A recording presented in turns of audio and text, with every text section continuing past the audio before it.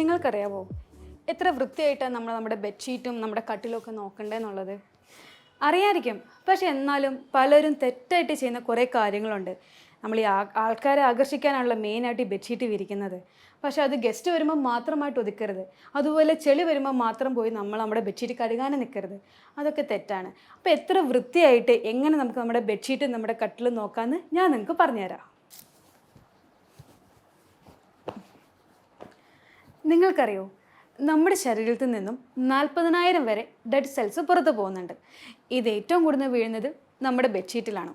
അതുകൊണ്ട് തന്നെ ഇതുമൂലം ഒരുപാട് രോഗങ്ങളുണ്ടാവും. ഇതിൻ്റെ അകത്ത് നമ്മൾ കണ്ണിൽ പെടാത്ത കുറേ കാര്യങ്ങളുണ്ട്. അതായത് ബാക്ടീരിയാസ് ഉണ്ട്, എണ്ണമയമുണ്ട്, പൊടിപടലങ്ങളുണ്ട്, അങ്ങനെ ഒരുപാടുണ്ട്. ഇതൊക്കെ ഈ ബെഡ്ഷീറ്റിൽ കിടന്നു കഴിഞ്ഞാൽ എത്ര അസുഖങ്ങളാണ് നമുക്ക് വരുന്നത്.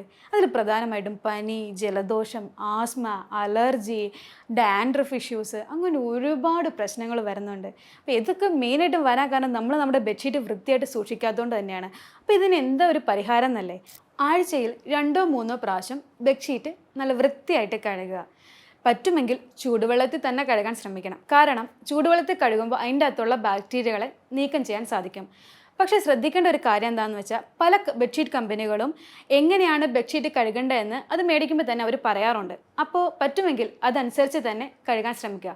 ഇത്തരം കാര്യങ്ങൾ നമ്മൾ ശ്രദ്ധിച്ചാൽ തന്നെ നമുക്കുണ്ടാകുന്ന ഒരുപാട് രോഗങ്ങൾക്ക് നല്ല വ്യത്യാസം ഉണ്ടാവും. ഒരു മുറിയെ ഏറ്റവും ഭംഗിയാക്കുന്നത് ബെഡ്ഷീറ്റുകളാണ്.